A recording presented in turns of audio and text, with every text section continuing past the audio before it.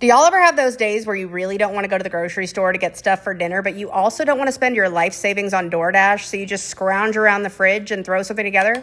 Well, I did that and it turned out amazing, so let me show you what I did. First thing I found was a block of ground beef that, by the good Lord's grace, was not expired, so I popped that into a pan. Now, my produce drawer was looking about as bleak as my outlook on dinner at this point, so I settled for powdered onion and garlic, added some oregano, red pepper flakes, salt, and pepper. Now, this was lean ground beef, so I didn't think I was gonna have to drain it, but I was wrong, so I did a little paper towel trick and probably pulled out half my seasonings. But it's fine, because I also added a half a jar of pasta sauce. Now you might be saying, Brianna, why don't you just make spaghetti? Well, I didn't have any spaghetti noodles in my pantry, but what I did have were these ravioli. Like the pre-cooked kind you just boil for a few minutes. And then I added a jar of Alfredo sauce. Look, just trust the process. It's all cold at this point, but it comes together, people. It comes together. So at this point, I'm thinking like ravioli lasagna. Instead of bechamel, it's Alfredo. Instead of ricotta in between the pasta, it's inside of the pasta. I had a vision at this point. So I laid down meat sauce, ravioli, cheese, meat sauce, ravioli, more cheese, covered it in foil, threw it in the oven, 350, about a half an hour. Then I took the top off, gave it a little broil, and boom, I had ravioli lasagna. Looked atrocious, but it tasted delicious. So you should give it a try.